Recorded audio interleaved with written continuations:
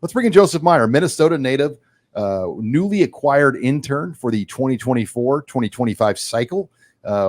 Great addition, Joseph. We're happy to have you. You're taking over from the mailbag today. Where are you starting us off at? Let's start it off with, what does a satisfactory win look like on Saturday? How dominant does Nebraska need to be in order to feel good going into week 2? I think a lot of it is the little things, the execution. How does Nebraska operate on early rundowns? How do they convert short yardage rundowns? What is their efficiency like in the red zone week 1? And then defensively, can they get off the field on third down and the field position? Look, punting. I mean, those detail things that matter. That's how you start to measure what a complete team is. That's a good answer. And I like that answer because it doesn't matter who they're playing. I take issue with the question a little bit. Not that Joseph, you didn't write the question, so I'm not taking issue with you. How dominant does Nebraska have to be? This is not 1997, okay? Nebraska doesn't dominate hardly anybody anymore. What are we doing? I mean, why do we ask questions like that? Well, they're 28. Yeah, I was going to say they're 4 I touchdown get favorites. that, but still. It will be their second largest point spread of the season other than Northern Iowa. Just win the game, but look good doing it. Play good football. I just want to see good football. I don't need to see 42-7. If it's 31-17 and I see good football, that's fine. Yeah. Dominant? Yeah, clean football Yeah. is what I want. The procedural stuff. Make sure that they're not jumping off sides or false starts, and take care of the football for whatever you do. Do not have 3 or 4 turnovers that suddenly turn a 28-point projected victory into something much more tenuous than it needs to be. I think if you just do what you're supposed to do, execute, like Sean said, efficiently on both sides of the football, this should be a pretty manageable game for you. But if you don't do those things can get a little hairy. Yeah, one thing I would say is dominant on defense. I could see. I almost half expect that. I want a stress-free Saturday, though. Like one where, like, when a guy makes a good punt, you get like that Memorial Stadium golf clap. Just like you know what I'm talking about? You're in the stress-free Saturday. I just want, like, where people are just enjoying the game and, guy makes a great punt. You just kind of hear that soft golf clap. I mean, I want that. I don't want a stressed out. Oh, come on. A little yelling. Stress. Well, I want a fun post-game show. A little stress is fun, though. A little, yeah, but not. No, not against UTEP. No. All right. Interesting. Joseph, what do you got next? Who has the biggest chance to be a breakout star before conference play begins? So those first 3 weeks. I think you got to start with the receiver room, because I think that's the most upgraded position. And I mean, for me, Jamal Banks is probably where I'd start the conversation with. Yeah, I'll go Bonner, just because I'm curious to see what his role is. He's such a unique player on that offense. He can do so many different things. He could be a receiver on one play and a fullback the next. I'm very intrigued by that picture, and with the way that they've been talking about him all offseason, I think he's got lofty potential. I'll go Nayor. I think Nayor is pretty.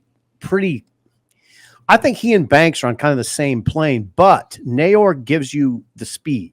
He's more apt to catch a bomb, a long pass downfield, and God knows Nebraska has a quarterback that can hit deep balls. Well, and Jalen Lloyd could really benefit from But this. I'll take Nayor because I think he's a big play waiting to happen. God, they got some guys though. Ja'Cory Barney, Nayor. Barney's could very much Vincent be at the top of Shavers that could list. really emerge to the point where you see what he's going to be. Back to the receivers though. Think about the speed they have now with Barney, Nayor, Jalen Lloyd. I mean, that's trouble. That's trouble if you're a defensive coordinator, because all those guys can beat you deep. All right, we're taking your questions in the mailbag with Joseph Meyer. What do you got next, Joseph? Kind of going off of that, Malachi Coleman listed behind both Banks and Lloyd on that depth chart. How big of a role do you think he's going to play in a fairly deep wide receiver room, like you were saying? I think we'll see him. Remember, he had the shoulder injury, and he had something else in camp, I think, that limited him a little bit. The last open practice we had, he was out. You have a hamstring? Yeah, I think it was a hamstring. He was on the bike. Yes. I did get a kick out of But he's healthy Dylan now. Raiola not wanting to get in how they did the jersey switch. I think I know how that. You want to go there? No, didn't want to go there. Kept in-house. What do you think happened? I'm sure that he was compensated fairly. Oh, think about that one. Yeah, that's probably. I mean, to be fair, like Malachi Coleman has a published children's book out with him wearing number 15 in the book. So I'm saying that probably came with a nice little price tag, is my guess. From Dylan. Well, they figured it out. Again, in-house. I mean, so there's clearly some marketing value for Malachi with his jersey number. Yeah.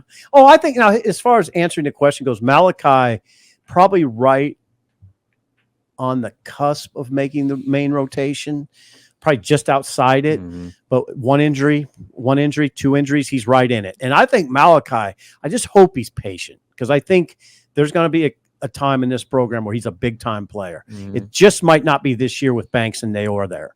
He's healthy. And Matt Rule said that he's just kind of further down the depth chart right now. He can play, and he'll have I just hope he's patient. I hope he's patient. All right, Joseph, we have time for just one more, and I gave a little extra time here because I know the last questions we can go down a rabbit hole. What do you got? So Nebraska's finally starting at home again. What's your favorite memory from a Nebraska home opener, if you can remember back that far? I can't. If I can remember back that far, I can remember them all. Sean's trap. really good at this. Steel Well, trap. for me, I'll tell you one I'll never forget. 1998, Frank Soldiers' first home game. Okay. Louisiana Tech Yeah. comes in Yeah. with Tim Rattay and Troy Edwards. And Nebraska had a dominant defense full of pros. And they had a pro quarterback and a pro receiver. I told the group this today, actually. I spoke at Union Bank in Lincoln, and I said Colorado could almost pull off a Tim Rattay, Troy Edwards with Shedeur Sanders and Travis Hunter. Let's not talk about but that. that game, Why is that your favorite? it's not just, it was a back and forth, entertaining, Great crazy memories. opener. I mean, openers at Nebraska were generally duds. Like BYU was probably, when you started to like look at openers, that was as challenging of an opener as Nebraska had in like 30 years. And they lost that game. Yeah. Rob.